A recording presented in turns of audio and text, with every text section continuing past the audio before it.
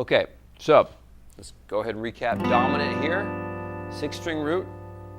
Dominant here, 4th string root. Dominant here, roots on the 2nd and the 5th string. Dominant here with the roots, or the root on the 5th string.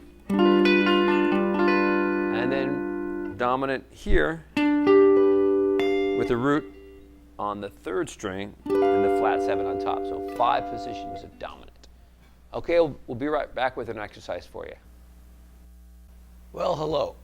We're back, and we've just talked to you about, or I've just talked to you about the 5 positions of the dominant 7th chord that we've just learned, and then we've covered, and now we officially know, all these positions. So let's talk about applying them.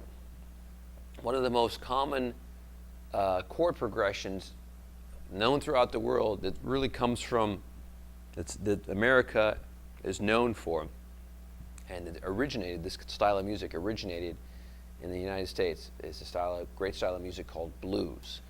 Blues is really important in many, many styles of music because it's connected so many and it's influenced so many other styles outside of blues. Blues is part of the world of jazz. It influenced country, it influenced rhythm and blues, and it influenced funk and even popular music. So blues is the building block for almost all commercial music that we listen to today. So it's really important to study blues and understand how it fits together. We've done that in some of our previous lessons.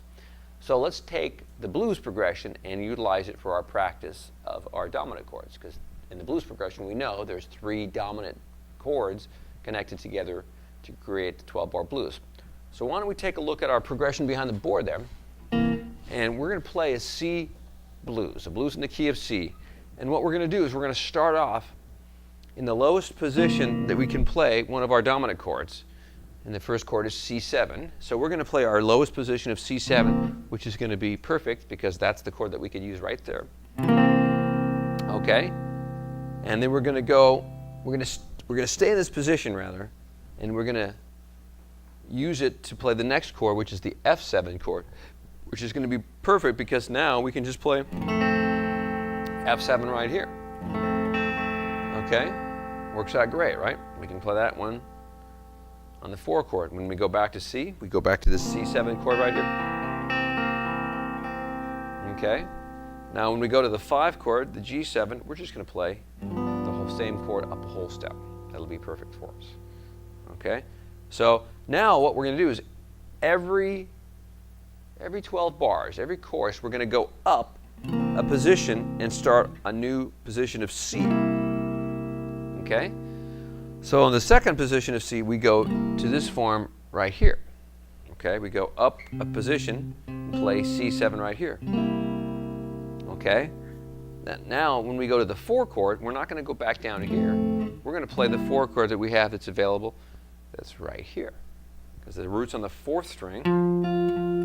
So that makes it perfect for us to grab this one. So we go C7 to F7. And we're going to go back to G7 that we used before right here because it's so perfect. It's right underneath the other 2 chords. So there's G7 right there. Okay? And that's the technique we're going to use. We're going to go up every 12 bars to the next position of a C chord and then use that as our placement of the neck and then stay in that position for the next 12 bars. So if you wanted to carry that logic further on the next chorus of C blues, you'd play C7 from this shape right here, and then you'd go to F7 right here on the 4 chord, and then you'd go to G7 right here, and so on and so forth. The next position of C dominant would be here, 4 chord would be here, the 5 chord would be here. And finally, the last position, you would start C dominant would be right here, which is right here. Then to F7 right here, and then to G7 right there. Now this is just for practice. Mind you, this is not the way that you would probably typically play 5 choruses of the blues, you wouldn't necessarily change a position of the first chord and then establish your position and go up, every 12 bars, go up to another position. That's just for our practice right now. We're just using this as a drill. But it's a good drill, and it'll help you really force yourself, really, to learn all 5 positions of these chords. That's what you want to do. You don't want to have 2 or 3 that you know really well and then have some other ones that you hardly know at all. Okay? You'll also notice that I wrote a rhythm on the board right here. Okay? We haven't been using rhythms as much as we should, so I'm going to start bringing those back. So what this refers to is an 8th note rest. Again, this is 4/4 time. This is an 8th note rest. And then the first attack of the C chord is on the upbeat of 1. Okay? These things are called quarter note rests. So that means there's nothing that happens on the downbeat of 2. And then this is a chord attack on the downbeat of 3. And then another rest on the downbeat of 4. So this is going to sound like this. 2, 3, 4, 1, and 2, 3. 1, and 2, 3. Okay? And it's a 2-bar figure because you can see the next bar, we have a downbeat on C, and then an upbeat on the and of 2. So it's a 2-bar figure. Now the whole thing sounds like this. 3, 4, 1, and 2, 3, 4, 1, 2, and 3, 4. You hear that? 3, 4, 1, and 2, 3, 4, 1, 2, and 3, 4, 1, and 2, 3, 4, 1, 2, and 3, 4. That's a half note rest. Okay? So we're going to use that rhythm, try to memorize it so you can focus on these chords. We're going to play this through the blues now. Okay? So we're going to use that 2-bar pattern all the way through the blues, and we're going to go up the neck connecting these chords. So here's our blues progression. Okay? Here there's already some background accompaniment in that pattern. But it'll work because that's just upbeats. Okay, so here we go from the lowest position. You guys ready? Here we go. 1, 2, 1, 2, 3, 4.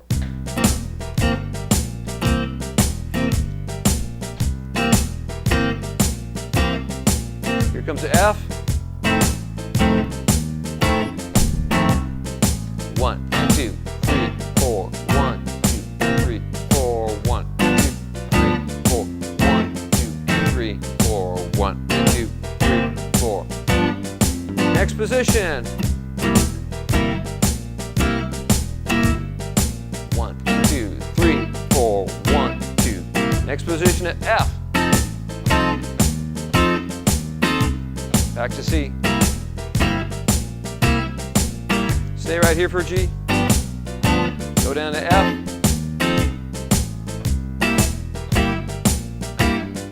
Next position of C, right.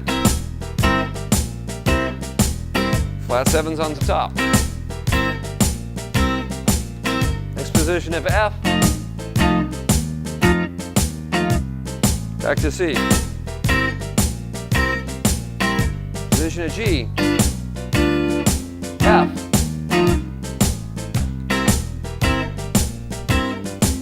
Position of C right here.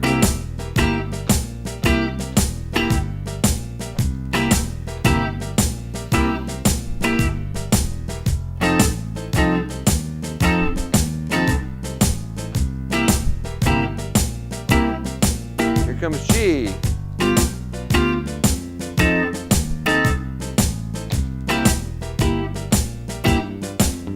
Next position of G, or C. Sorry.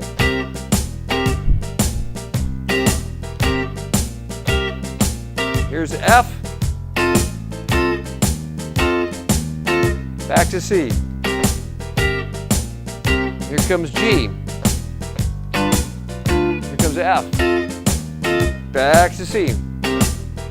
Here's G.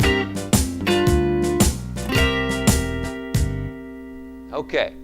Just an exercise. I know it's not the bluesiest thing we've ever played before, but it's good to take the time to make sure that you're practicing all your positions when you take the trouble of learning them. Sometimes we get into the patterns of playing the same 2 or 3 that we like over and over again, and we kind of ignore some of the other shapes, and consequently we have spots where we just don't have that knowledge really burned into our brain because we've only kind of used 2 or 3 over and over again. So we want to make sure that we get all 5 of these together. Okay? So another way you could practice it to make it challenging and to keep pushing yourself is because you got a slow change blues, or meaning the 1 chord happens for the first 4 bars, you got a lot of time to play the same chord over and over again. So you could do this if you want. You could go 1, then you could change position of C. Then you could change position again to F and go higher up. Change position again and go higher up with the C. And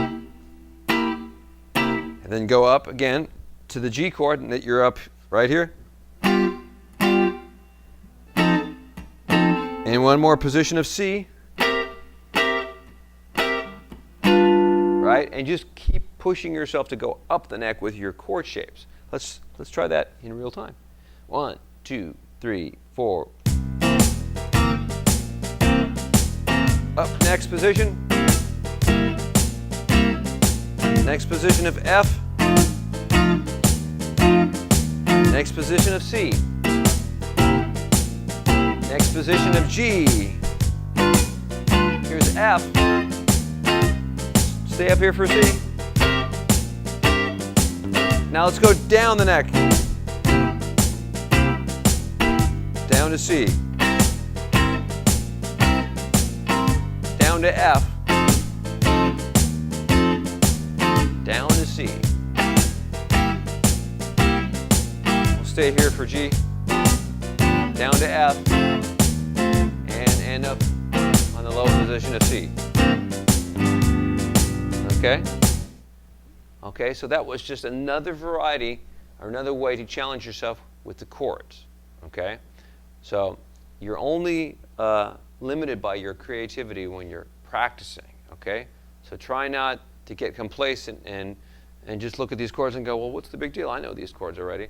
Force yourself to put yourself on your toes and challenge yourself with other exercises all the time. That's going to help you immensely in your study and your acquisition of this knowledge. Okay, so we've learned the 5 positions of the dominant chords, and we've learned 5 positions of major 7th chords, and we've also learned the 5 positions of the minor 7th chords. We're going to review all those chords in our next lesson and make sure that you guys are keeping up with all these shapes, because believe me, you have to review and you have to keep going over these shapes because they come back over and over again in every song you're ever going to play. These are really important chords. So you study on this next for the next lesson, these dominant chords, and keep playing some blues and applying these dominant shapes. And go back to some of the other lessons that we've talked about dominant chords and review those as well. All right, I'll see you next lesson. Talk to you soon. Bye.